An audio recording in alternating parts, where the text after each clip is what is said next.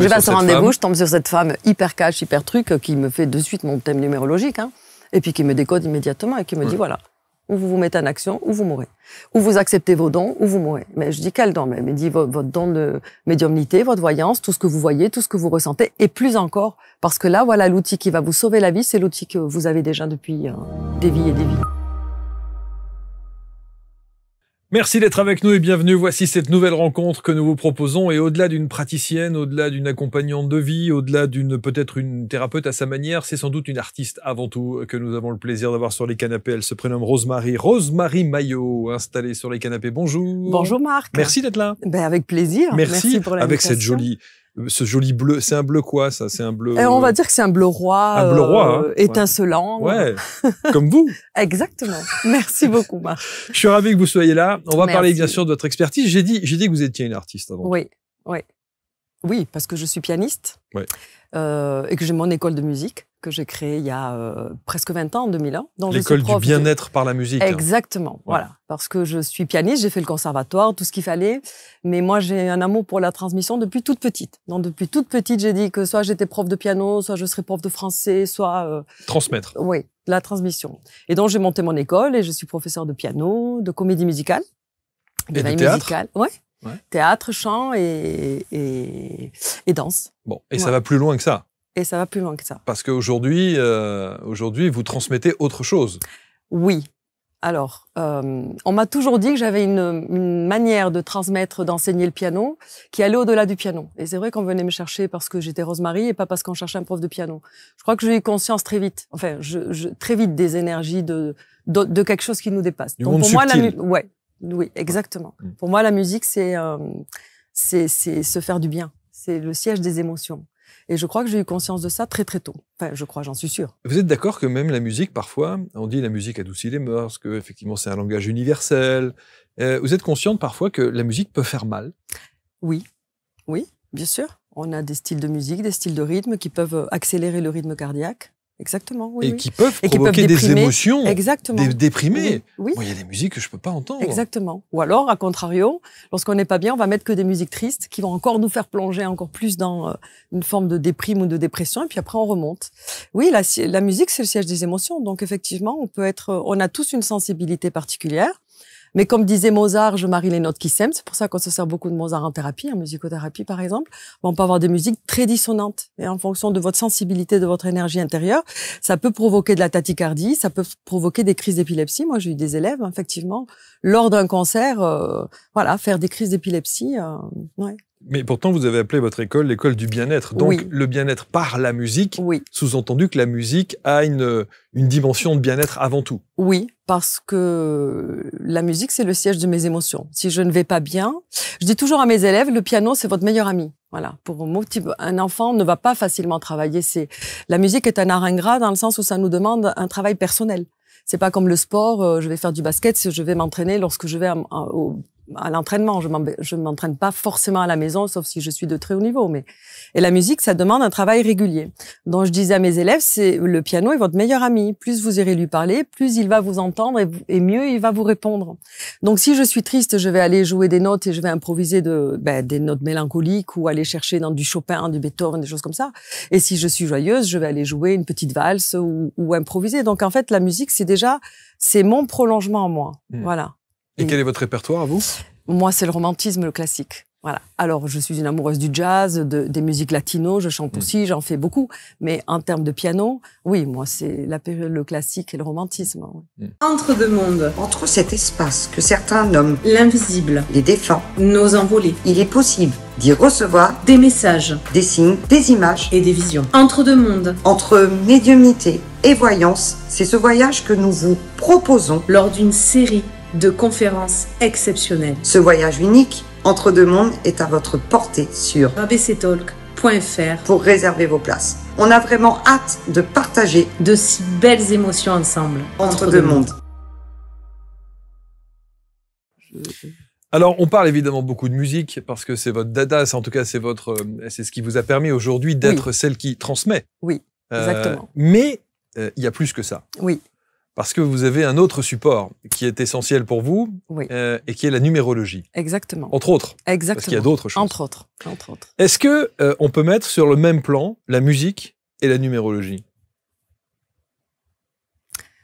Est-ce qu'il y a une sorte de musique dans la numérologie? Oui, c'est ce que j'allais dire.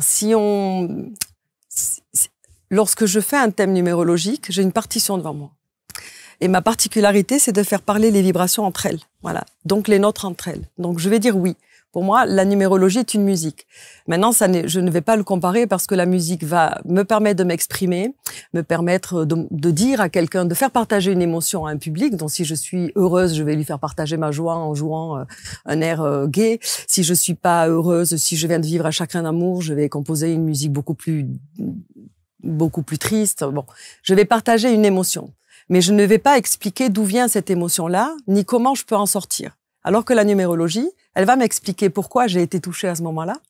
Elle va m'expliquer quelles sont les clés que j'ai en moi pour en sortir et comment je dois faire pour en sortir. Donc, c'est pas du tout la même chose. Pour autant, la numérologie, les vibrations pour moi sont une partition, oui. Oui, exactement. Bon. À ce niveau-là, oui.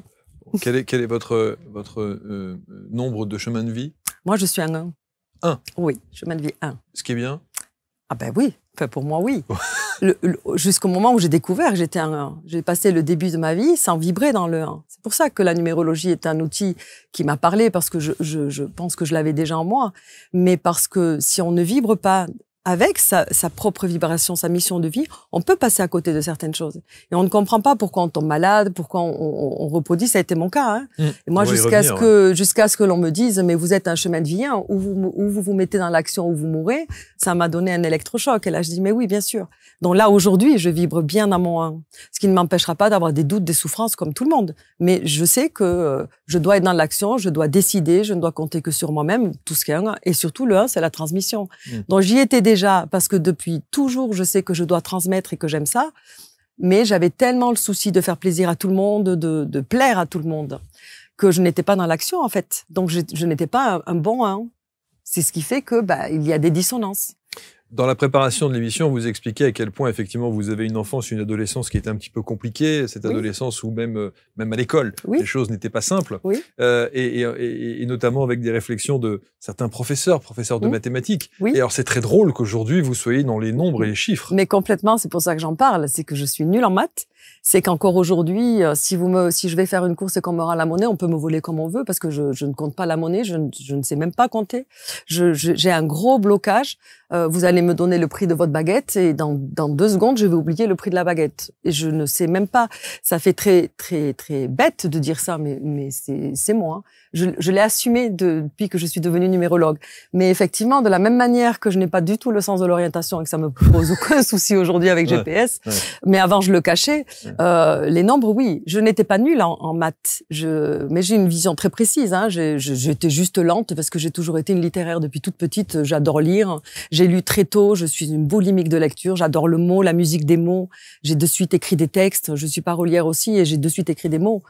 Et le chiffre, les maths, le truc terre à terre, c'est pas moi du tout. Ça ne correspondait pas à ma sensibilité. Pour autant, j'étais pas nulle. J'étais juste lente. Mais vous les manipulez tous les jours. Exactement. Mais en CM2, j'ai eu un prof un instituteur que je n'oublierai jamais de ma vie, mais qui m'a donné une force après, mais quand même, qui m'a vraiment maltraitée. Oui, j'ai été une élève en CM2 bloquée depuis le CM2. C'est pour ça que la transmission est si importante pour moi. Depuis le CM2, les maths, les problèmes, les pots de peinture à calculer pour savoir le mètre carré, tout ça, je n'ai jamais pu, en fait. En fait, il vous dit quoi? Il vous dit il me disait j'étais trop lente, donc j'étais nulle. Et donc, chaque fois qu'il y avait un problème, un truc oral, je passais au tableau. Et puis, il était avec sa règle. Et puis, il me tapait parce que j'allais pas assez vite ou il me tirait les cheveux. Enfin, vraiment, c'était de la maltraitance, en fait, aujourd'hui, on dirait. Hein. Donc, j'ai eu un blocage, une peur panique. Voilà. Pour autant, la numérologie, ce ne sont pas des maths. Parce que derrière chaque nombre, j'y vois une émotion, une silhouette. Voilà. Donc, c'est déjà plus la même chose. Mais dès que vous me parlez d'un nombre ou d'un chiffre en termes de quantitatif, c'est-à-dire maths, là, c'est terminé. Voilà. Il y a blocage. Oui. Et puis, ça me pose aucun problème. C'est un trauma. Hein.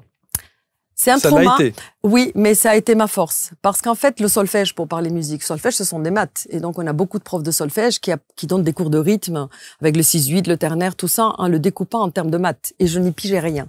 Donc, en musique, j'ai toujours réussi par intuition. Et j'avais un très bon prof qui disait à mes parents, elle réussit parce qu'elle a déjà tout en elle. Sans même comprendre, elle l'a en elle. Ça, c'est ma particularité avec tous les dons que j'ai depuis toute petite. Et en fait, ça a fait ma force parce que je suis devenue un prof de solfège. Tous les élèves des alentours venaient dans mon école pour le solfège parce que j'ai une manière d'expliquer le solfège, tout sauf des maths. Donc, en fait, j'ai trouvé ma propre façon de véhiculer quelque chose. Donc, en fait, c'est devenu une force et une différence pour moi. Donc, aujourd'hui, je dis merci à cet instituteur-là. C'est ça, ouais, j'imagine. Ouais, exactement. Alors, on parlera bien sûr, on va parler de la numérologie karmique tibétaine et la numérologie biocellulaire, parce que ça, c'est votre spécificité. Ouais. On va voir. Aujourd'hui, on a commencé cette émission en parlant de vous en tant que prof de musique, avec cette école cette école du bien-être par la musique. On dévie sur la numérologie. Qu'est-ce qui vous habite le plus aujourd'hui? Qu'est-ce qui vous caractérise le plus aujourd'hui? Cette musique avec l'école ou la numérologie et les consultations que vous donnez régulièrement? Les deux. Mon capitaine. Les deux. Ma difficulté a été de trouver un équilibre. En fait, je me suis retrouvée très vite plongée là-dedans sans le chercher. Je suis venue à la numérologie parce que je me suis soignée moi pour moi. Voilà, parce que j'ai eu un gros souci de santé et qu'à un moment donné, on m'a dirigée vers la personne qui m'a fait découvrir ça. C'est une médium, hein, d'ailleurs. C'était une médium et numérologue et maître Reiki, en fait. Ouais. Et c'est elle qui m'a dit, mais ou vous acceptez vos dons ou vous mourrez. Donc cette phrase qui est ici et qui vous a choqué en rentrant dans le studio. Qui m'a choqué quand j'ai vu ça, si vous n'acceptez pas vos dons. Oui, j'ai trouvé ça... C'est un peu rude. De prime abord. Mais c'est ce qu'on vous a dit. Mais moi, c'est ce qu'on m'a dit. Mais parce que moi, depuis toute petite, j'ai des dons, en fait, de voyance. Ouais, je sors. Exactement. Que j'ai étouffé, à 10 ans, ça m'a fait très, très peur, en fait. Parce que je me sentais tellement différente et tellement, je voyais tout. Donc, à 10 ans, voilà, l'âge où on devient, où c'est plus compliqué, on commence à grandir, voilà. J'ai voulu tout mettre de côté, voilà. Et donc, je me suis construite à l'intérieur de moi, sans aller vers les gens, parce que finalement, j'avais peur de tout ça. Et donc, je suis passée à côté de ma mission de vie, mais pas tout à fait, puisque j'ai quand même créé mon école. Lorsque je me suis soignée, lorsque j'ai eu un souci de santé, j'avais déjà créé l'école. J'étais un vrai 1 à ce niveau-là. Pour autant, j'étais pas un si bon 1 que ça, puisque mes élèves de comédie musicale, mes grands groupes, dès que je me fâchais, enfin, dès que je faisais preuve d'autorité, c'est le métier de la directrice et du prof, ben, je m'excusais après, je le vivais super mal. Donc, j'étais très, très mal, je culpabilisais, j'en dormais pas la nuit, et je faisais des mails à mes élèves pour m'excuser d'avoir perdu patience ou autre. Là, j'étais pas un vrai 1, en fait.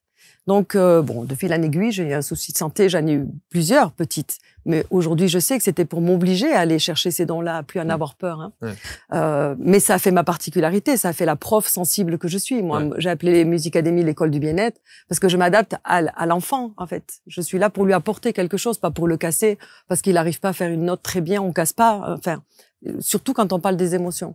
Voilà. Donc, oui, elle m'a dit, ou vous acceptez vos... C'est la première chose qu'elle m'a dit, d'ailleurs. Hein. Ou vous acceptez vos dons, ou vous mourrez. Bon, ben voilà. Là, Et puis, à partir de là, j'ai utilisé cet outil-là, la numérologie, le Reiki, pour me soigner. Et moi, ça m'a sauvé la vie. D'abord, comment est-ce que vous rentrez en contact? Qui vous met en contact avec cette médium et il vous suggère de la rencontrer? Alors, c'est un ami très cher, ostéopathe, kiné-ostéo, voilà, qui me suivait, qui faisait de l'ostéopathie crânienne, qui m'avait aidé à débloquer et qui m'avait toujours dit que j'avais une puissance magnétique énorme et qu'il n'arrivait pas Il me disait, écoute, tu me bloques à chaque fois. Et lui, c'était quand même quelqu'un d'extrêmement puissant. Et quand j'ai eu ce Zonac, j'ai vraiment failli perdre l'œil, l'ouïe, tout d'un coup. Il me dit, il faudrait que tu ailles voir quelqu'un, mais quelqu'un de particulier, parce que moi, je parlais de moi, je lui dis, écoute, non, Donc, il m'a dirigé, c'est lui. C'était une personne qu'il connaissait. Voilà. Et je lui ai fait confiance parce que c'est quelqu'un en qui j'ai confiance. Donc, vous allez à ce rendez-vous, vous tombez sur cette femme. Je vais à ce rendez-vous, je tombe sur cette femme hyper cash, hyper truc, qui me fait de suite mon thème numérologique, hein, et puis qui me décode immédiatement et qui me dit, voilà, ou vous vous mettez en action, ou vous mourrez. Ou vous acceptez vos dons, ou vous mourrez. Mais je dis, quel don? Mais il me dit, votre don de médiumnité, votre voyance, tout ce que vous voyez, tout ce que vous ressentez, et plus encore. Parce que là, voilà, l'outil qui va vous sauver la vie, c'est l'outil que vous avez déjà depuis des vies et des vies. Alors vous, l'enseignante pédagogue que vous êtes, comment est-ce que vous appréhendez cette phrase? Est-ce qu'aujourd'hui, alors évidemment, aujourd'hui, elle vous sauve la vie, parce que vous êtes vraiment aligné avec ce que vous faites, sauf qu'à l'époque, sortir une phrase comme ça, brute de pomme, comme on dit, mais ça m'a fait... très... Mais j'avais besoin de ça, en fait. Moi, je suis quelqu'un de très... J'aime que l'on soit direct avec moi. Voilà. Je suis spontanée, je calcule pas, en fait. Et puis, je l'ai pris comme un acte d'amour, en fait. Parce que si je suis allée la voir, déjà, c'est que moi, je n'allais pas bien. Je savais et je le sais depuis que je me traîne depuis des années, des choses à moi que je ne veux pas dévoiler ou que je ne veux pas montrer, en fait. Donc, elle m'a mis devant mes responsabilités. J'ai aimé ça. C'est normal, je suis le 1, il aime qu'on soit direct avec lui parce qu'il doit agir. Moi, ça m'a immédiatement, je suis ressortie de chez elle, j'ai dit, c'est bon. Et je me suis ultra contrôlée. Non, ça, c'est l'ancienne Rosemary qui parle comme ça. La nouvelle, elle parle comme ça. Et j'ai passé un an à me dire ça, à déprogrammer mon cerveau. J'appelle ça déprogrammer le cerveau. C'est comme ça que j'accompagne un petit peu les personnes d'aujourd'hui. Et donc, voilà. C'est d'ailleurs la question que j'allais vous poser. Parce que ça peut effrayer, ça. Le fait de dire, c'est comme ça que j'accompagne aujourd'hui les personnes qui me consultent. Ça veut dire que vous avez ce franc-parler identique? Non. Alors, je m'adapte. Les personnes qui viennent me voir ont tout un questionnement. Moi, je suis numérologue, mais dans la consultation de numérologie, moi, je me suis formée cet outil qui est le mien, que j'ai déjà depuis. Je suis également maître Reiki, mais j'ai aussi suivi une formation de psychogénéalogiste, de décodage biologique. Tout ça, j'ai fait les liens avec la musicothérapeute que je suis aussi, quand même. Donc non, je ne vais pas dire. Mais par contre, effectivement, si lors d'une consultation, je vois que la personne... je vais le dire à l'envers. Nous avons tous notre libre arbitre. On reçoit une valise karmique pleine de violence, par exemple. On peut décider d'aller jusqu'à la violence et d'aller jusqu'à la maltraitance et le meurtre. On peut aussi décider de reconnaître, d'entendre qu'on est violent, on se soigne. Et peut-être qu'on va devenir thérapeute ou on va en faire quelque chose. Donc moi, j'ai l'habitude de dire que notre chemin de vie, c'est une piste d'athlétisme et qu'en fonction de mon chemin de vie, la numérologie va me permettre de dire voilà le type d'obstacle que vous avez à traverser. Notre chemin de vie n'est pas un long fleuve tranquille. C'est vraiment une piste d'athlétisme. Quand on arrive au monde, on arrive tous avec des freins parce qu'on arrive en loyauté familiale avec une lignée maternelle et paternelle. Donc, on doit sauter des obstacles. Moi, mon travail, c'est de dire, voilà, vous êtes tel chemin de vie. Voilà le type d'obstacle que vous allez avoir à traverser. Voilà. Alors, parfois, on en saute quelques-uns, puis on bloque sur un, et puis la vie est sympa. Elle nous dit, bon, on va te laisser un peu tranquille. On va te laisser avancer. Et on avance, le nez collé à cet obstacle, mais on avance. Puis à un moment donné, l'obstacle est là parce que c'est un positionnement qu'il faut avoir, c'est une mission de vie. Il faut être en harmonie avec soi-même.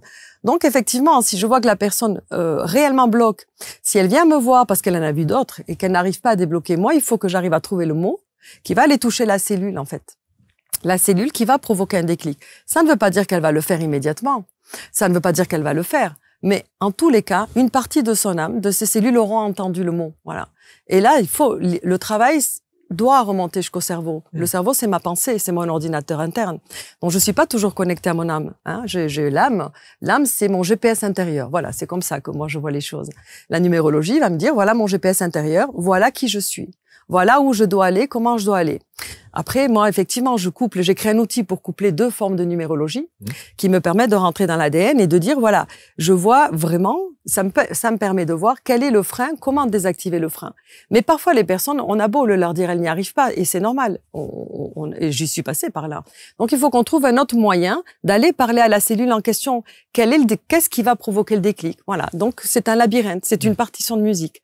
Donc, je ne parle pas comme ça aux gens, mais il m'est arrivé, effectivement, de dire à certaines personnes dont vraiment je voyais que c'était un enfoncement. Il faut, à un moment donné, provoquer suffisamment d'amour pour elle-même pour qu'elle ait envie de jaillir. Donc moi, j'ai l'habitude de dire, on a tous en nous nos ressources. Moi, je suis juste là pour vous aider à ouvrir des robinets. Mais déjà, il faut que vous soyez conscient que vous avez de l'or en vous, un robinet, en fait. Et c'est parfois ça qui manque à la personne. Elles entendent ce que vous dites, mais elles ne s'aiment pas suffisamment pour l'actionner. Donc, ma manière de parler va être pour qu'elles s'aiment. Mais parfois, effectivement, sur certaines personnes, je vais être un peu plus... Et dans les accompagnants de vie, les coachs, les thérapeutes, etc., c'est cette nuance-là qui est très particulière. Je veux dire, la frontière entre être suffisamment directive, mais en même temps être sur la retenue, parce que ça n'est pas à vous d'imposer quoi que ce soit, c'est touchy quand même, c'est assez... C'est-à-dire, c'est pour cela que les 2 formes de numérologie que j'utilise sont très complémentaires et en tous les cas me permettent de rentrer en contact avec les gens. De toute façon, voilà, les personnes en général sont satisfaites, reviennent, m'envoient du monde. Aujourd'hui, j'ai des personnalités connues qui viennent. Donc c'est que j'apporte une autre manière peut-être de voir les choses, je ne sais pas. Mais on va avoir plusieurs formes de numérologie. Enfin, j'ai plusieurs formes de numérologie. J'ai créé un outil que j'appelle la numérologie couplée. Je couple la numérologie karmique tibétaine, qui est sur la base de 9, qui est la numérologie lambda. Et puis on a une numérologie biocellulaire qui va aller sur les 22 nombres. Donc là, on va avoir une autre forme de calcul. Ça nous permet vraiment de voir le labyrinthe intérieur, vraiment toutes les zones que l'on a. On n'en a pas qu'une seule. On peut être un chemin de vie. On peut dire à quelqu'un, mets-toi en action, t'es un 1 ou un 4. Voilà, j'ai eu hier en consultation ici à Paris un 4. Le 4, c'est le travail, c'est la rigueur, c'est le goût de l'effort, etc. Cette personne-là me dit, mais pourtant je le fais. Donc elle a été coachée, elle a vu d'autres numérologues peut-être, d'autres personnes. Elle me dit, il y a quelque chose qui bloque, je ne sais pas pourquoi. Et pourtant on me dit tout ce que c'est un 4, je devrais y aller, je me trouve nulle de pas réussir. Faut aller chercher dans la numérologie. Si tu as un 4, mais que tu as une mémoire cellulaire, une mémoire ancestrale même, qui vient, qui bloque, effectivement, ce 4-là peut pas s'activer. Tu sais que tu l'as, mais tu n'arrives pas à l'activer. Non, la personne se dévalorise. Si moi je peux lui apporter une réponse en lui disant, voilà, il s'est passé ça dans votre lignée maternelle ou paternelle, par exemple. Vous portez telle mémoire. C'est pas que vous n'y arrivez pas. Il y a la peur du travail. La peur de la mort, c'est la peur du travail. Pour un 4, souvent, le travail, c'est l'accouchement. Donc, je viens peut-être d'une lignée où des femmes sont mortes en couche ou ont perdu des enfants. Si j'arrive à trouver le bon mot, le mot ciblé qui va provoquer un déclic, la personne va repartir en se disant, je l'ai en moi. Là, j'ai entendu. Là, il y a quelque chose. Voilà. Il y a une ouverture d'âme. Et l'idée, c'est que, voilà, ce que j'ai au fond de moi, que je sais que j'ai au fond de moi, parce que ces personnes-là, lorsqu'elles consultent, même lorsqu'elles consultent des tas de gens, c'est qu'elles sont quand même en recherche de quelque chose. Elles ont l'intuition qu'il faut s'en sortir. Sinon, on reste chez soi, on pleure, on est déprimé, on prend des médicaments, puis on bouge pas. Ou alors, on est convaincu qu'on a raison et on bouge plus. Mais ces personnes-là qui viennent nous chercher, c'est vraiment... et je suis persuadée qu'on est tous complémentaires, tous les numérologues. On a tous notre manière de faire. Voilà. Avec des spécificités. Exactement. Bon, et je pense qu'on est tous complémentaires et qu'on fait partie d'une chaîne et que si j'aide quelqu'un, même si elle va avoir l'autre, après, on s'est tous entraidés, en fait, finalement. Parce qu'au final, la numérologie est quand même un outil absolument fabuleux. On est censé, tous les numérologues, dire à peu près la même chose sur une typologie, sur un schéma. Le 1, c'est le pionnier, c'est le transmetteur, c'est le chef. Le 2, c'est l'accompagnant, c'est le diplomate. On est tous censés dire la même chose. Pour autant, on n'aura pas tous la même manière d'accompagner une personne. Voilà. Et donc, on a plusieurs formes de numérologie. En tous les cas, moi, j'ai découvert ces formes-là d'une numérologie. Il se trouve que l'univers a été toujours très, très... Tout m'est arrivé comme ça tout le temps. On m'a toujours mis sur ma route des personnes, mais compétentes, ultra compétentes, que je n'ai jamais forcément cherchées, qui ne sont pas médiatisées, mais qui sont des gens qui travaillent, qui sont... Et j'ai eu la chance d'être accompagnée par des grandes personnes. Des belles âmes, voilà. J'allais vous poser la question parce que vous parliez effectivement de la numérologie karmique tibétaine. Bon, c'est la numérologie dite classique. Oui. Et puis, cette numérologie biocellulaire. Oui. D'où ça vient, ça? Alors là, on a un monsieur qui s'appelle Chris Hadar, qui a commencé... Enfin, lui, il l'a véhiculé, ça n'est pas lui qui l'a inventé, mais lui, il l'a amené dans le grand public. Mais la numérologie à 22 nombres vient de la Kabbale, en fait. Okay. Et donc, certains tarologues, d'ailleurs, il est aussi un grand tarologue, font les liens. Moi, ce qui m'a passionné, c'est que j'allais plus loin. La numérologie karmique tibétaine vient me dire... Bon, déjà, elle est basée sur le principe incarnation, réincarnation. J'arrive de quelque... C'est un lien. Après, j'ai des consultants qui me disent « Rosemary, je ne crois en rien. On m'a dit, je viens vous voir parce qu'on m'a dit que vous étiez ma dernière chance, mais je ne crois en rien. » Et ça, moi, j'adore. Je dis « Vous inquiétez pas, c'est moi qui vais parler. » Et là, je leur raconte leur vie. Et quand ils sortent de là, c'est pas qu'ils croient en quelque chose, mais ils se disent que quand même, il y a quelque chose. Et là, ça y est, ça c'est bon. On sait que déjà, on peut amener la personne. Mais la numérologie karmique tibétaine, oui, elle est là, principe de défi de l'âme, incarnation, réincarnation. Elle me plante un décor. Voilà. La numérologie biocellulaire, qui est un autre mode de calcul, un autre schéma que j'ai élaboré, va me dire qu'est-ce qui se trouve à telle place, quel est mon axe des chakras, quels sont les cadeaux que j'ai, mes points forts. Mais surtout, que m'a donné à vivre ma lignée maternelle et ma lignée paternelle. C'est ça, en fait, qu'elle montre. Donc, lorsqu'on a cette numérologie-là et qu'on la couple à la karmique, on va encore plus loin. Voilà. Et donc là, moi, ça me permet de dire, voilà, vous arrivez d'une lignée maternelle où il y a ça inscrit dans les cellules. Voilà le message. D'une lignée paternelle, on a les freins. Voilà votre loyauté familiale. Et mon travail va être de voir si la personne en face de moi, qui n'arrive pas à se débloquer ou à avancer, est-ce qu'elle est encore en loyauté familiale avec une des deux lignées? Est-ce qu'elle est en loyauté familiale avec les deux? Est-ce que, voilà, d'où vient le nœud? Et parfois, on remonte aux parents, aux grands-pères, aux arrière-grands-pères. Et là, ils me disent, mais oui, là, je comprends. Et il suffit juste de dire ça. Et vraiment, la personne va activer son 4 ou son 1 ou son 5. Mais ça veut dire que cette numérologie biocellulaire, vous l'avez adaptée à votre façon de faire? Moi, c'est ma particularité, mais Marc, si vous connaissez un peu la numérologie, vous savez que le 1, c'est le pionnier. Ouais. Le 1, il doit transmettre à sa façon. Je ne sais pas faire comme les autres. Je ne donne pas... Quand j'ai monté mon école de musique de piano, je ne savais pas encore que j'étais un 1. Tout le monde dans la profession m'a dit, mais tu vas te planter une école de piano à Bordeaux. Il y a tous les conservatoires, toutes ces écoles. Et toi, tu veux un truc particulier, sans examen, sans concours, mais tu vas te planter. Ça fait 25 ans. Et je ne désemplis pas. Je suis complète, je refuse tous les ans. Donc, je fais à ma façon. C'est moi. Voilà. Le 1, il est pionnier. Ouais. Le 1, il doit ouvrir une voie. Ça, je l'ai su après. Mais en fait, ça a suivi mon parcours.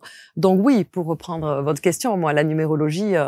Oui, moi je me suis soignée avec ça. Ensuite, je me suis formée parce que moi, il faut que je connaisse, il faut que je vive, il faut que je sente. Bon, ça c'est mon côté musicien émotionnel. Et je suis allée parler avec beaucoup de gens. Et puis la vie m'a demandé, chaque fois que j'ai demandé, mais mets-moi sur mon chemin quelqu'un qui va m'ouvrir une voie ou me conforter dans ça. J'ai eu la personne et j'ai toujours eu des gens vraiment de pointure. Je suis partie à l'étranger. Donc j'ai toujours eu les réponses. Et les réponses, je les ressens. Et quand je les ressens, je sais que c'est ça. Après, évidemment, j'ai d'autres dons qui sont la voyance, la médiumnité, qui font que je sais que c'est juste. Mais moi, il fallait que je comprenne pour pouvoir transmettre aux gens. Je veux pas être... moi, je suis numérologue. Je veux pas faire de guidance de voyance ni de médiumnité, même si ça m'aide à aider. Mais moi, je m'appuie sur un outil. Donc cet outil-là... Eh ben, quand on voit qu'il fonctionne, quand on le voit qu'il nous permet de rentrer vraiment dans l'ADN des personnes, alors je me le suis approprié à ma manière, puisque j'ai une manière de parler de numérologie. J'ai une manière d'adapter une consultation. Je dis toujours aux gens, c'est vrai, ils prennent avec moi une consultation de numérologie, mais à l'intérieur, il va y avoir du Reiki, il va y avoir de la psychogénéalogie, tout ça, mais tout ça, c'est toujours pour un accompagnement précis. Mon socle reste la numérologie. Oui, je ne m'éloigne pas de la numérologie, hein. Mais voilà. Est-ce que les élèves que vous avez à l'école de musique à Bordeaux, vous avez la possibilité de connaître leur profil et éventuellement d'adapter votre pédagogie d'enseignante de musique, de prof de piano? Alors non, en vous disant, ah lui il est 4, alors je vais l'aborder comme ça? Non, je ne fais jamais, je ne fais jamais de thème sans l'autorisation de la personne. Ça, c'est ma déontologie, je ne fais jamais. Par contre, avant même d'avoir la numérologie en moi, j'ai toujours adapté ma pédagogie. C'est pour ça que mon école est différente. Ma particularité a toujours été de sentir la personne. Donc, on m'a toujours dit, tu soignes. Depuis toute petite, déjà à 16 ans, je remplaçais mes profs au conservatoire. Et je donnais des cours, je remplaçais mes profs à des élèves qui étaient de plus haut niveau que moi et qui jouaient des morceaux que j'avais jamais vus de ma vie encore. Parce que je n'avais pas encore la technique ou voilà. Mais c'était moi qui les remplaçais. Parce qu'en fait, j'avais la capacité de sentir immédiatement la sensibilité de la personne et de trouver le mot pour donner les cours. Donc, en fait, non, je ne regarde pas la numéro d'un élève pour savoir comment lui parler. Spontanément, ça vient à moi. Oui, ça vient. Ouais. Voilà. Vous avez dit une phrase, et notamment un mot sur lequel, évidemment, je me dois de revenir parce qu'il faut toujours faire très attention à ce que l'on dit. Vous dites, je me suis soigné avec la numérologie. Oui. Le mot soigner est un mot fort, parce qu'il est souvent associé à la guérison. Et quand il y a des lourdes pathologies, il faut qu'on fasse évidemment extrêmement attention. Exactement. Que veut dire je me suis soigné avec la numérologie? Voilà, et c'est bien. Moi, j'en parle lorsque je forme en numérologie ou en Reiki, je dis bien, dans mon vocabulaire, le mot soigner, c'est soigner l'âme. C'est pas soigner le corps. Parce que si mon âme a décidé, puisque quand même je décide de ce que je vis, d'expérimenter la maladie, je serai malade et je partirai avec. Mais si je sais pourquoi je suis malade, si je sais ce qu'apporte cette maladie à mon histoire, si je sais que peut-être potentiellement je suis en train de dénouer quelque chose pour mes descendants, alors je vais vivre la maladie différemment. Donc quand je parle soigner, c'est l'âme. Moi, j'ai eu une grosse problématique de santé. Ça m'a soignée parce que j'ai compris pourquoi je l'avais. À partir de là, si je suis actrice, et c'est aussi parce que je n'avais pas décidé en tant qu'âme de partir de cette maladie-là, évidemment. Mais je suis devenue actrice de ma maladie. Je ne me suis pas battue contre. Voilà, j'ai été avec. Ma maladie, c'est mon corps qui me parle. Hein. En fait, moi, je pense profondément que mon âme, tout au long de ma vie, me fait passer des messages. La numérologie nous permet de dire, voilà, vous êtes telle mission de vie, voilà où vous devez aller, voilà le type d'obstacle que vous avez à dépasser. Votre âme va vous envoyer des signaux. Vous allez avoir une problématique, l'univers va vous envoyer une dispute avec telle personne, c'est que peut-être telle personne ne doit pas être sur votre chemin de vie parce qu'elle vous en éloigne. Donc, on a des petits signaux. Je vais aller à un rendez-vous, je vais aller à quelque part où je ne me sens pas bien, je vais avoir mal au dos, je vais me tordre à la cheville. Enfin, tout ça sont des petits signes que l'on voit après, en fait. Donc, je dis, voilà, notre âme nous envoie des petits signaux, elle nous dit, attention, tu n'es pas au bon endroit. Tu fais pas les choses comme il faut. T'as pas dit la bonne chose. C'est pas telle personne. Voilà. Sauf qu'on ne s'en aperçoit pas puisque la connexion entre mon âme et la pensée, il faut qu'elle passe par le plexus, là, parce que moi, j'appelle la conscience. Donc, moi, j'ai l'habitude de dire, c'est mon langage à moi, hein. C'est comme ça que moi, je vois les choses. Je n'ai pas la science infuse ni la vérité profonde. Mais c'est moi. Donc moi, je dis toujours, mon âme va dire à la conscience, va dire à la pensée qu'elle se plante, qu'elle devrait pas faire ça. Elle est à 1, elle devrait pas subir ça ou bon, voilà. Mais la conscience, la pensée veut pas entendre. Donc la conscience, elle dit à l'âme, la pensée, elle veut pas entendre. Alors l'âme dit à la conscience, on va la laisser encore traîner un petit mois comme ça, puis on revient dans un mois. Puis à un moment donné, de fil en aiguille, l'âme va dire, on va parler au corps. À partir de là, on va déclencher quelque chose. Donc la maladie, c'est moi qui parle à moi. Donc je dois pas me battre contre la maladie. Quand je parle de soigner, c'est juste ça. C'est j'accepte. Voilà, j'accepte que mon corps est en train de me dire quelque chose. Bon, maintenant, je vais me mettre en action.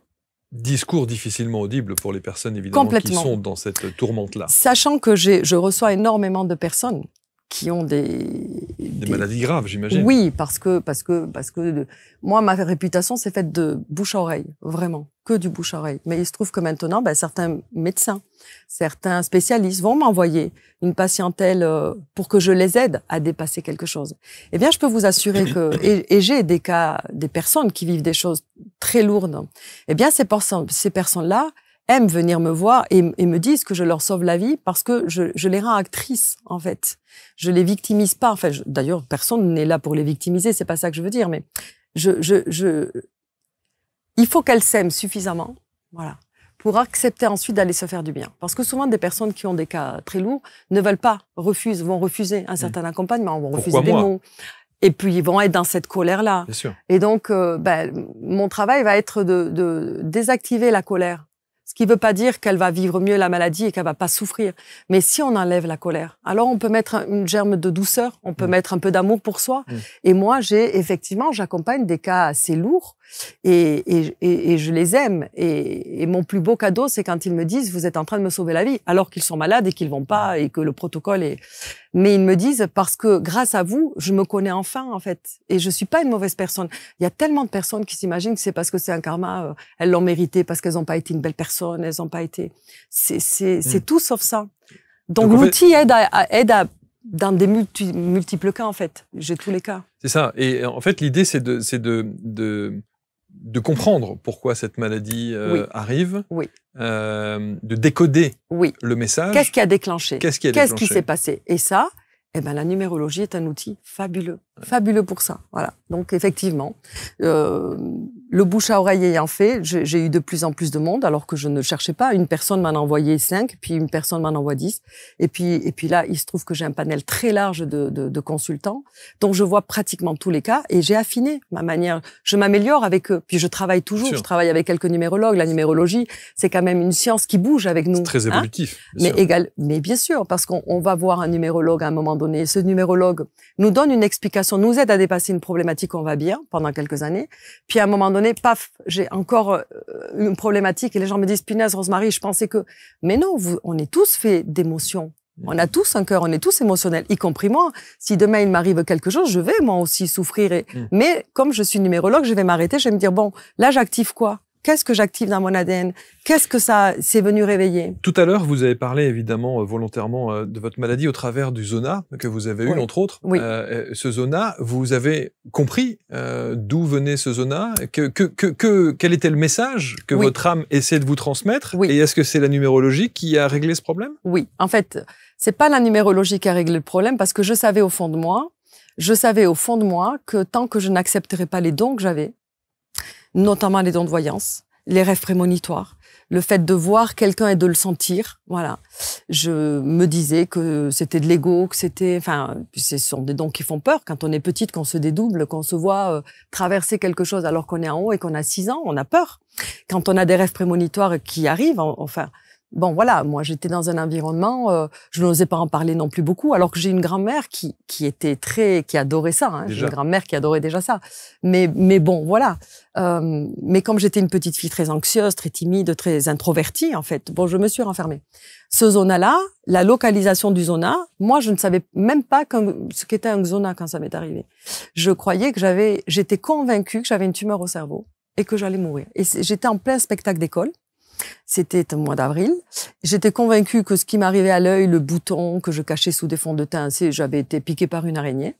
Et je fais mon spectacle et je travaille pendant 1 mois. Ça veut dire que je ne consulte pas, je ne sais même pas. Mais j'ai une douleur, j'ai l'impression que j'ai un serpent dans la tête. Je n'arrive plus à dormir. Dès qu'un élève joue au piano, fait une fausse note ou joue trop fort, j'étais là à me mordre au sang pour pas crier parce que je ne supportais pas le bruit ni rien. Mais je ne me pose même pas de questions. Je suis dure à la douleur. Je fais mes spectacles, etc. Et puis je consulte le jour où, juste après mon spectacle, je suis à l'étage chez moi, j'ouvre la fenêtre et je me dis, mais là, si je tombe, j'aurai plus mal. Et ça m'a fait un électrochoc parce que je suis quelqu'un d'ultra positif qui avance, qui s'écoute pas. Moi, je suis dure à la douleur. Enfin, et là, je me suis dit, non, mais ça, c'est pas moi. Et je suis allée voir mon médecin. Et j'ai un médecin généraliste absolument fabuleux qui vient d'une famille de médecins, mais qui est ouverte à plein de choses. Qui me dit, Rosemary, là, ça fait plus d'1 mois, c'est un zona ophtalmique qui est en train de vous bouffer l'oreille, le nez. Vous allez de suite voir un magnétiseur. Donc, elle m'envoie chez un magnétiseur. C'est quand même vraiment chouette. Je vais voir ce magnétiseur qui m'a sauvée, vraiment. Mais qui m'a dit, à 10 jours près, vous perdiez l'œil, l'ouïe, et je le sentais, en fait. Donc, c'est à partir de là que je suis allée voir la numérologie, et la numérologue me dit, voilà, on va décoder votre maladie. C'est ça, ça et ça. Et oui, je savais très bien que je ne voulais pas entendre et je ne voulais pas voir, mais donc je le sais en fait. Donc quand je dis entendre, d'où l'impact sur l'oreille. Exactement, et voir l'œil. Et la migraine, parce que j'ai un mental, j'ai du 7, je suis quelqu'un qui aime transmettre, je suis quelqu'un qui a une spiritualité depuis toujours sans le savoir forcément. Je suis quelqu'un qui a besoin de comprendre, mon cerveau il ruminait tout le temps. Je l'ai compris quand j'ai vu mon thème en fait, que j'ai associé. Quand je dis que la numérologie m'a soigné, c'est ça en fait. D'emblée, j'ai pris le cap, j'ai compris. Ce jour-là, j'ai laissé mes dons arriver, en fait. Et tout s'est fait de fil en aiguille, et comme quoi rien n'arrive au hasard. À partir de là, j'ai eu l'abondance en tout, en fait. Donc, on rappelle évidemment que lorsque vous consultez Rosemary, avec certaines pathologies, on ne se substitue pas à un avis médical. Absolument pas, parce que d'ailleurs, les gens, lorsqu'ils viennent me voir, j'ai un courrier du médecin. Voilà. Et je n'ai jamais demandé à voir cette patientèle-là, ces consultations-là. Moi, je suis à Pessac, dans ma petite salle, les gens m'appellent, ils viennent me voir tous pour des problématiques comme pour tout le monde, hein. Schéma répétitif en amour, je perds mon job, je ne sais pas pourquoi, je m'entends pas avec bon, bref, tout ce que l'on va demander à un numérologue. Mais en fait, il se trouve qu'un jour, j'ai eu un consultant qui était médecin. Voilà. Et en fait, il venait me tester. Voilà. Parce qu'il était déjà ouvert à tout ça sans y mettre des mots. Il n'avait jamais rencontré la personne qui lui avait peut-être montré que, oui, il y avait un lien, mais qui ne se substituait pas. Et quand il m'a vu parler comme ça, enfin, lui faire son thème à lui, hein, mais il m'a dit, voilà, en fin de séance, en off, il me dit, voilà, je suis un grand nom de la médecine. Et votre manière d'aborder, votre manière de parler, votre manière de lire, il m'a dit ça comme ça, parce qu'il connaissait la numérologie, votre manière de lire est époustouflante et bluffante. Et je pense que vous pourriez faire beaucoup de bien à certaines personnes que nous, on accompagne en termes de maladie, parce que vous avez une autre vision de la personne elle-même, en fait. Moi, je reviens à l'humain, à l'âme. Donc, il me dit, si on pouvait travailler ensemble, est-ce que vous seriez d'accord pour que je vous envoie des cas avec un dossier où c'est moi qui vous dis, voilà, la personne, ce qu'elle a, voilà ce que j'aimerais que vous parliez avec elle. Donc, déjà, c'est une intelligence fine de ce grand professeur. Et j'ai dit oui, parce que ma mission de vie, elle est d'aider, en fait. Si je peux, je vais faire. Et en fait, de fil en aiguille, les personnes, mais je dis bien, on n'arrête surtout pas. Et alors, quand je forme en Reiki ou en numéro, je le dis, on n'arrête surtout pas un traitement médicamenteux. Clairement. Moi, j'envoie les gens chez le médecin. Si je reçois quelqu'un avec une migraine, ce sont souvent les neurologues qui me les envoient. D'accord? Pour décoder la migraine. Souvent, les neurologues m'envoient quelqu'un me mettant un courrier. Je ne veux pas lui donner un protocole médicamenteux. Je sais que ça ne fera rien. Ou voilà, cette personne-là, ces médicaments-là ne lui font pas de bien. Il faut aller chercher au-delà. Et les migraines s'arrêtent avec un travail en numérologie. Vraiment. Donc, et si je reçois moi une migraineuse, par exemple, qui vient d'elle-même, hein, parce qu'une copine, sa voisine lui a parlé de moi, je vais l'envoyer d'abord chez un numérologue. Je vais lui faire son thème. Hein. Vous êtes tel chemin de vie. Je vais lui parler, je vais voir avec elle. Et puis ensuite, je vais lui dire, je vous conseille d'aller faire un bilan chez un numérologue. Et si le cœur vous en dit, revenez me voir et je vous aiderai peut-être à dépasser. Mais je suis très, très prudente avec ça. Ouais. Non, on explique. Oui, c'est ça. Voilà. Mon chemin de vie, je suis pas là par hasard. J'ai une mission. On a tous une mission. Mais ce qui est assez extraordinaire et même parfois incroyable, c'est de se dire qu'à partir du moment où vous expliquez la pathologie de quelqu'un, 50% du travail est fait. Ouais. C'est-à-dire que si on passe par le prisme de la compréhension du pourquoi cette maladie, pourquoi je vis ça, on a déjà fait un bout du chemin. On a déjà fait un bout du chemin et je crois fort à l'énergie. On est tous faits d'énergie. Hein. On dit bien la phrase bateau, l'énergie positive attire le positif et l'énergie négative, le négatif. Donc on sait qu'on est tous faits d'énergie.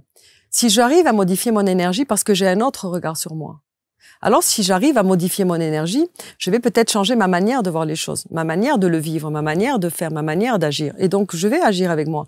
On n'est pas en train de dire qu'on va soigner, on est en train de dire qu'on va vivre au mieux. Vivre au mieux, quand on souffre, vous allez me dire, Rosemary, c'est d'accord. Mais c'est quand même vivre au mieux. Je n'oublie jamais, et je dis aux gens, si ça ne vous résonne pas, vous lâchez. Parce que c'est pas un souci. On n'est pas obligé que cela résonne pour comprendre l'outil de la numérologie, qui est pour moi un outil absolument fabuleux. Pour moi, c'est le socle de la connaissance de l'âme humaine, la numérologie quand même. Hein. Et donc, mais ça, c'est mon avis à moi.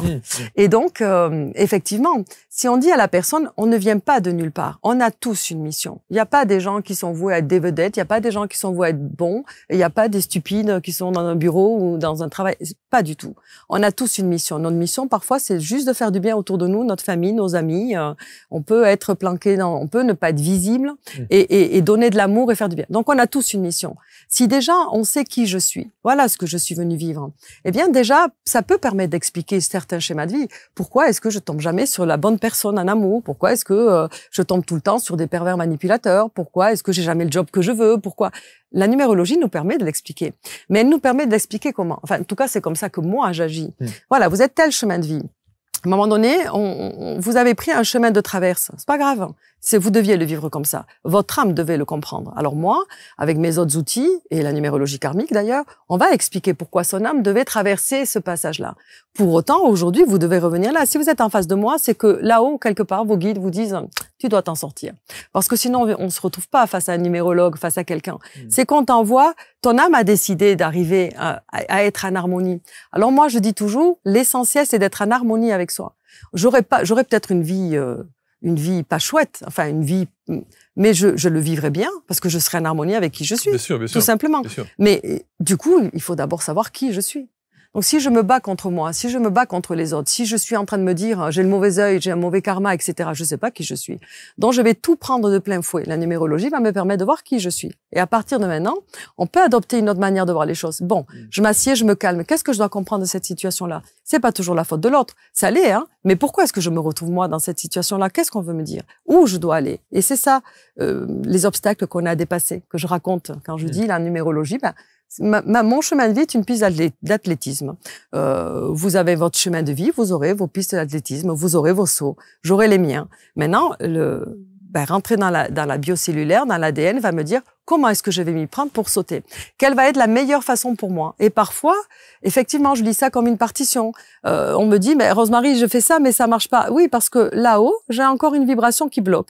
Mon travail à moi de numérologue et de maître Reiki et tout ça, va être d'aller chercher le bon mot qui va permettre d'allumer là. Parce que moi, je dis toujours, voilà, numérologie, imaginez que vous avez à l'intérieur de vous, au lieu d'avoir des cellules, vous avez des interrupteurs.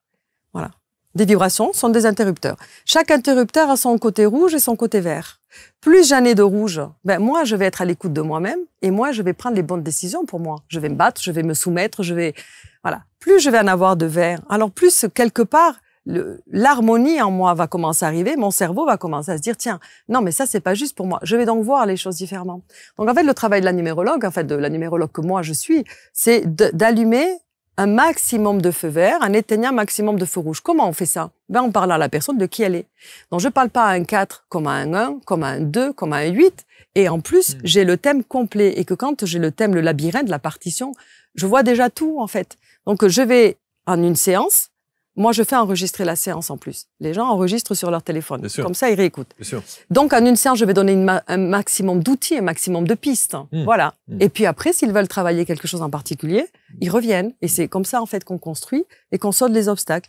Qu'au final, les gens sont contents. Chemin de vie 8. C'est vous? Voilà. Magnifique! On peut pas On peut s'empêcher. pas. Évidemment, on peut pas s'empêcher parce que quand on a un numérologue en face, le premier truc qu'on dit, Mais bien sûr. chemin de vie 8. Mais bien, et puis passage. alors, le 1 et le 8 sont Ouais. quand même deux chemins de vie et de pouvoir. Enfin, Bon. le chemin de vie 8, c'est le chemin de vie, c'est pour moi, un des chemins de vie quand même les plus durs. Ah oui. Dans le sens où le chemin de vie 8, il vient pour travailler l'amour, le pouvoir, la spiritualité, l'argent et tout au même niveau. Donc voilà tout un travail à faire. Donc le 8, c'est le chemin de vie de la justice. Donc le 8 doit être juste. Le 8 doit être juste dans tous les pans de sa vie. Donc il doit aller apprendre un petit peu la bienveillance naturelle. Ce qui ne veut pas dire que le 8 n'est pas bienveillant. Mais c'est pas ce qui va s'allumer en premier. Parce que qu'est-ce qui s'allume en premier pour un 8? C'est le pouvoir. Parce que le 8, pour moi, c'est le clan. Le 8, pour lui, vous me direz, si pour vous le clan est important, mais le clan que je me crée, le clan, le 6, c'est la famille, donc vraiment la famille. Le 8, c'est le clan. Le 8, il peut faire entrer dans son clan des amis, des voisins qui vont faire partie de son clan. Et le 8 a besoin de ce clan-là pour exister. C'est exactement ça. Voilà. Donc le 8, c'est d'abord le clan. Alors, qu'est-ce qui va s'allumer chez le 8? J'ai le clan, j'ai besoin du clan pour aller bien. Donc, quelque part, on ne doit pas quitter mon clan. Et je ne dois pas quitter mon clan. Ça va allumer quoi chez le 8? Le besoin de possessivité. Et ce besoin de possessivité est vraiment très proche de la domination. Donc, je vais dominer, mais ça part toujours du sentiment de j'ai besoin du clan pour exister, pour aller bien. Donc, le 8, pour moi, doit aller comprendre, doit aller se détacher de ça. C'est-à-dire que tu peux avoir le clan sans forcément confondre possessivité et domination. C'est pour ça que je dis c'est assez dur. Ça vous parle un petit peu ou pas? C'est ça? Bien sûr. Bon, donc C'est en fait, le exactement 8, ça. voilà son travail. Alors le 8, ce sont les chemins de vie les plus durs. Je veux dire, j'en ai énormément. J'en ai énormément parce que j'ai coutume de dire, sans que ce soit péjoratif, d'accord? Mais je vous parle comme je suis. Bien sûr, bien sûr. Non, mais allez-y. Hein. Le 8, j'appelle ça les cerveaux binaires. C'est-à-dire que le 8, c'est ou blanc ou noir, mais il n'y a pas de gris. Totalement. On est d'accord? Totalement. Donc, j'appelle ça les cerveaux binaires. Ça veut dire quoi? Ça veut dire que le 8, il va m'écouter, parler. Mais en fait, son cerveau, qui est son ordinateur interne, va essayer de toper chacun de mes mots pour le ramener à son schéma de pensée. Et au final, il me ramène lui à son schéma de pensée. Donc, ce sont les plus difficiles. C'est avec eux que ma numérologie est vraiment efficace. Je veux dire parce que je rentre dans l'ADN. Je vais partout. Alors, j'ai pas mal de 8 qui viennent, qui m'envoient du monde et qui disent de moi, elle est redoutablement bienveillante. Parce que je lâche pas. Quand je sens qu'il faut que ça va aider ce 8-là, s'il vient me voir, c'est qu'il a une problématique. Donc moi, en fait, je dois l'aider. Il vient pas me voir juste pour mes beaux yeux. Il vient me voir parce qu'il a un questionnement. Donc les 8, il faut aller à ça. Comme le 8 a la particularité d'aller toper le mot, mais de l'entendre avec son ordinateur interne, il faut que moi, de manière très subtile, parce que le 8, il faut pas le prendre de front quand même. Il a de l'ego, il aime bien, voilà. Il faut que de manière très subtile, j'arrive à lui dire que son ordinateur interne, il peut venir à moi. À partir de là, le travail se fait. Et là, c'est pour ça qu'on dit que le 8 doit aller vers une bienveillance naturelle. Voilà. C'est-à-dire, ne prends pas le mot pour toi. Le 8 a tellement peur d'être extrait du clan, a tellement peur de perdre des gens de son clan qu'il a un grand besoin de sécurité territoriale, voilà. Et dès qu'on a l'impression que la sécurité, dès qu'il pense que la sécurité va le mettre en danger, là, qu'est-ce qui va s'allumer chez lui? Le besoin de domination. Le 8, c'est le guerrier, c'est le pouvoir. C'est ancestral. Quand on fait le thème, l'arbre généalogique, en numérologie, avec ma numérologie biocellulaire, lorsque je vais je vois les lignées maternelles et paternelles, on arrive toujours d'un arbre généalogique où lorsque l'on remonte dans l'arbre, on va avoir une perte de territoire. Donc le 8, il vibre sur une lignée qu'il connaît ou pas, peu importe, mais une lignée qui à un moment donné a perdu son territoire, où il y a eu spoliation d'héritage. Alors on dit quoi à ce 8 quand il arrive? Bon, toi tu vas récupérer le territoire et l'argent. Donc en fait le 8, il a besoin de sécurité, donc il faut qu'il gagne de l'argent. Ça fait pas de lui quelqu'un de vénal. Il faut qu'il gagne de l'argent. Donc quand j'ai des 8 qui s'excusent, on me dit que mais non, on va pas s'excuser, vous êtes un 8, le 8 il doit gagner de l'argent. Donc on va tout faire pour vous amener à gagner de l'argent. Maintenant vous devez le faire de manière juste. Voilà. Donc pour aller le faire de manière juste, on va aller travailler peut-être sur votre besoin de posséder, parce que dès lors que vous ne possédez plus, vous vous sentez en désamour. C'est là où je parle d'amour, en fait. Hein. Donc, on va vous apprendre à vous aimer. Ça, c'est le plus dur pour un 8. Parce que le 8, il veut protéger tout le monde. C'est vrai. Alors, le 8, il va essayer de trouver la solution. Vous m'arrêtez si je suis trop longue, non, parce non, qu'alors non, moi... non, mais c'est ça vous parle exactement pour ça. vous Mais tout Et me en parle. fait... Il y a un mot que vous n'avez pas dit, c'est la loyauté. Mais je vais y aller, là. J'ai pas ok. fini.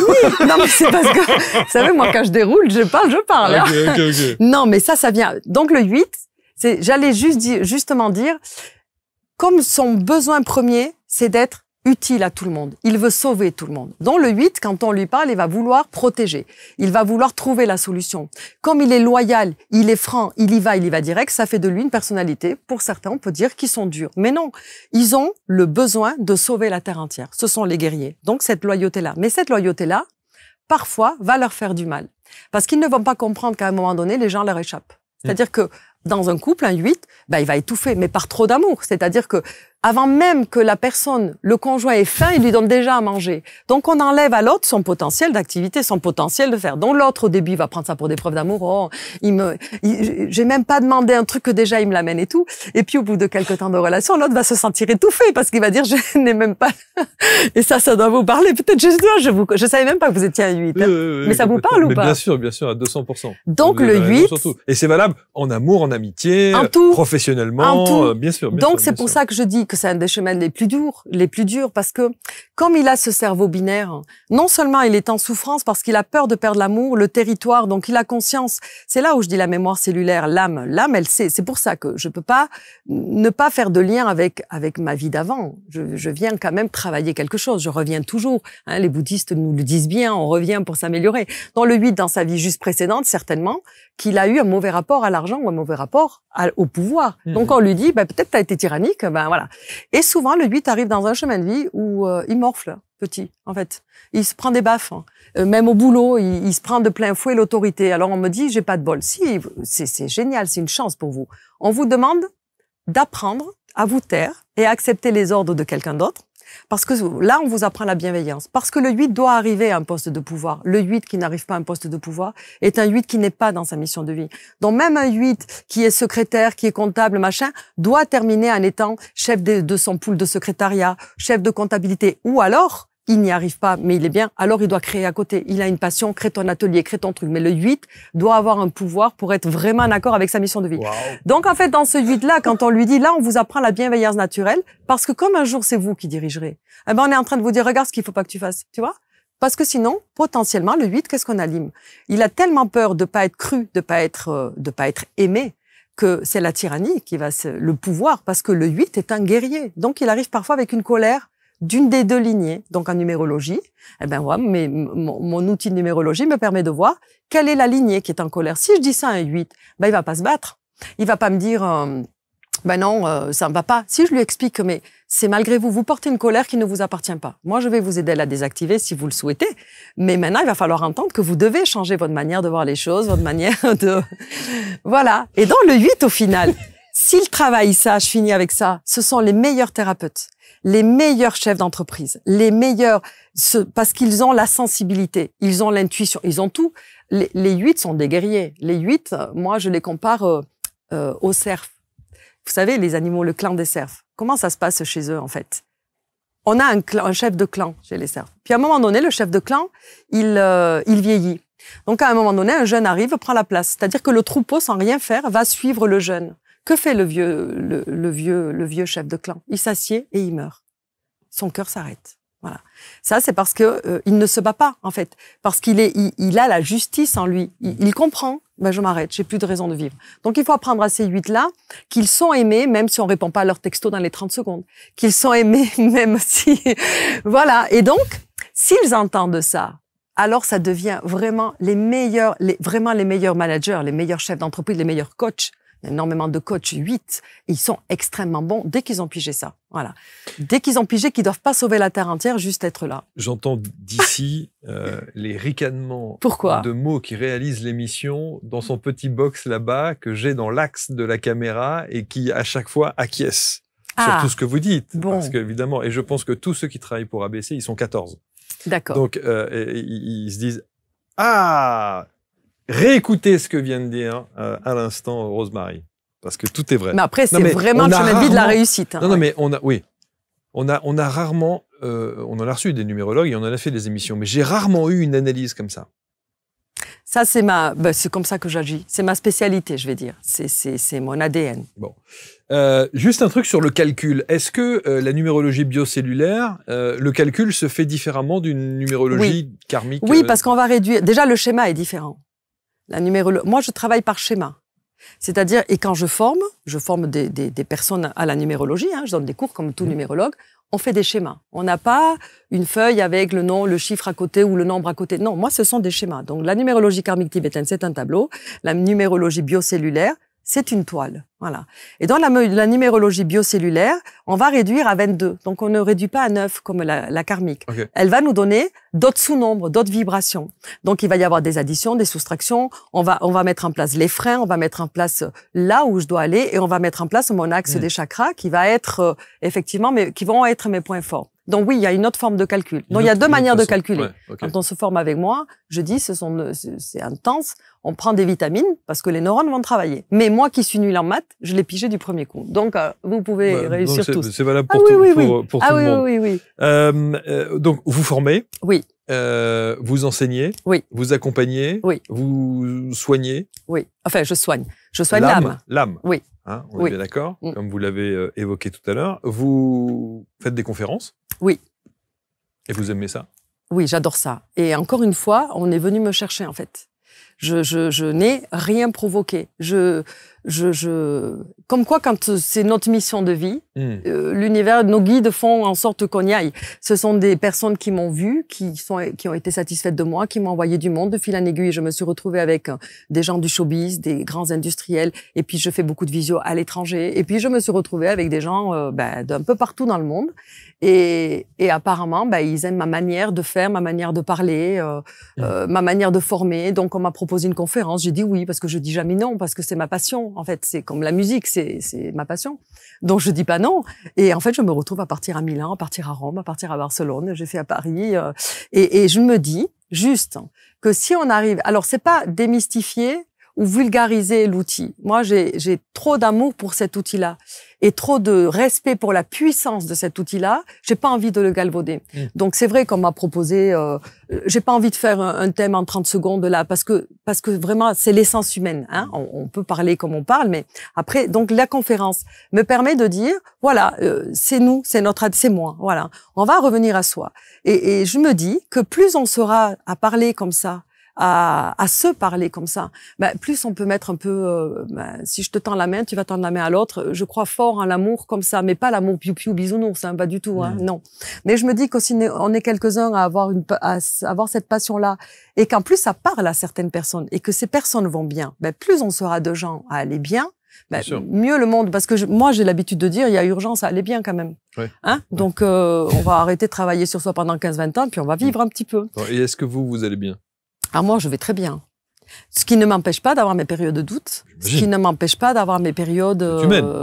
je suis un être humain comme tout le monde, mais je me connais, voilà. Mais j'ai la chance d'être un 1, mais comme le 8, hein, on repart vite, on remonte vite sur le cheval. Oui. On tombe, on repart vite. En revanche, on peut tomber très très bas. Mais il faut. Le 1 et le 8 tombent très bas. Très, très bas. Moi, le 1, en formation, je le dis d'ailleurs, le 1 et le 8, il faut qu'on tape la piscine, là, en bas. Ouais. Et là, on replonge. Tant que moi, j'ai pas tapé le fond du fond, il m'arrive de rester en léthargie, là. Et ça, c'est pas bon du tout. J'y vais. Moi, j'y vais vraiment. Et au point de se dire, de tout vouloir remettre en question. Exactement. Ouais.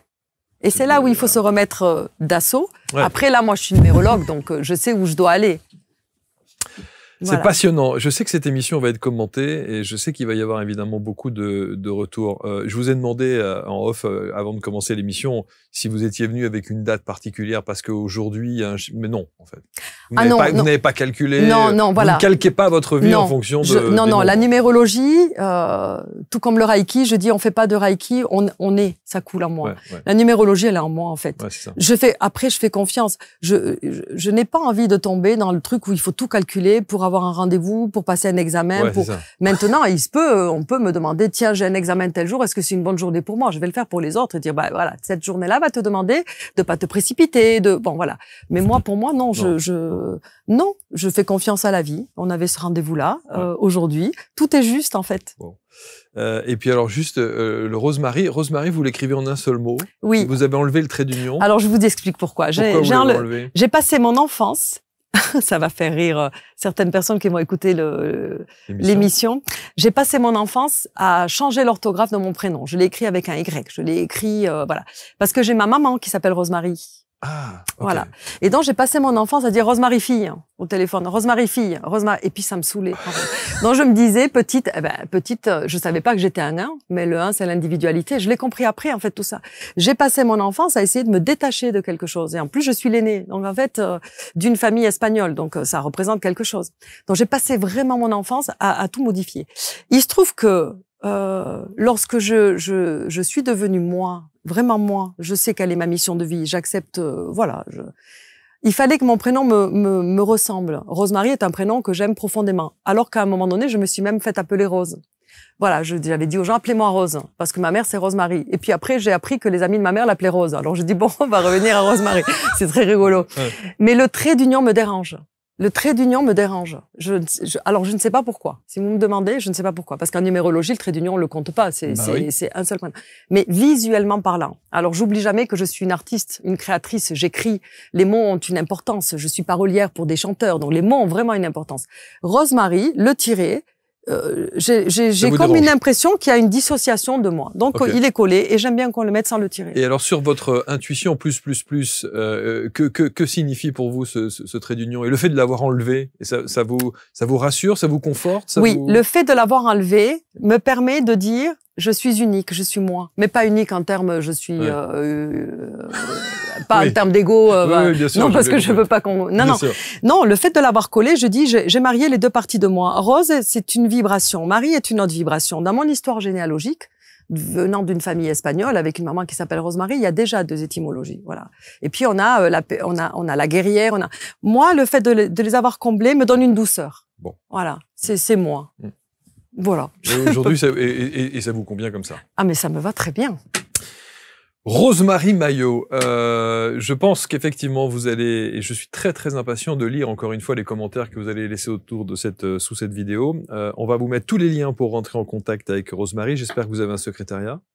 Non, mais je songe à en avoir un parce que je passe énormément de temps à répondre. Ah ben là. Donc il faut dire aux personnes, je réponds toujours et j'essaye de répondre dans la semaine qui suit. Mais j'ai tellement de mails et maintenant je me déplace, on me demande du présentiel. J'ai des personnes connues qui me demandent du présentiel. Donc je vais à Paris, je vais à Normandie, je vais à Genève.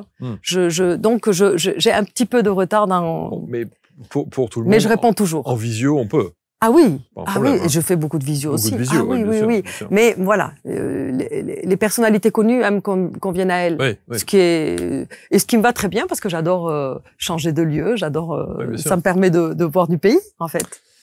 Merci infiniment, Rosemary. Mais merci beaucoup, Marc. Merci, c'était passionnant. Vous avez une autre manière d'appréhender la numérologie, avec vos spécificités, avec votre énergie, avec votre 1. Oui. Voilà, que vous assumez complètement aujourd'hui. Complètement. Et qui vous correspond. Quand vous allez assumer votre 8, encore plus. Mais vous savez quoi? J'adore ce nombre. Mais bien sûr. C'est le nombre de la justice. C'est le nombre de la justice quand même. On a besoin de 8. Vraiment. Le 8. Ce sont les meilleurs chefs d'État. Et je n'ai que des 8, partout. C'est vrai? Ouais. 8. Ah oui, ça fait de vous une personnalité très... assez clanique. Assez clanique. Névrosé. À travailler un petit peu, là. Névrosé. Tiens, on va en parler. Névrosé. Je sais que je suis. Non, je m'en excuse à chaque fois auprès des équipes. Non, il faut pas être névrosé. Non, mais ça se travaille. Ça se dépasse. Il y a toujours une raison. Et vous savez, en même temps, parfois, j'ai pas envie de changer ça. Bien sûr. Mais il faut savoir l'équilibrer. Parce que je m'y sens bien. Si vous, ça ne vous empêche pas de dormir. Si ça ne vous empêche pas... Ouais, si, quand même. Voilà, c'est tout. Donc, quand on s'empêche de dormir, peut-être que c'est bien d'aller l'adoucir un peu et on le réveille quand il faut, mais il faut savoir l'adoucir un petit peu. Bon. Rosemary Maillot, vous commentez, vous partagez. Merci infiniment. Merci beaucoup, Merci, Marc. c'était passionnant. La prochaine fois, on mettra un piano ici pour avoir une petite comptine, un petit quelque chose. Pour accompagner. Une petite Exactement. balade. Avec plaisir. Voilà, Oui. magnifique. Et prenez soin de vous, évidemment. Merci de votre fidélité. Vous commentez avec bienveillance. Et on se retrouve très vite pour une prochaine rencontre. Salut. Merci.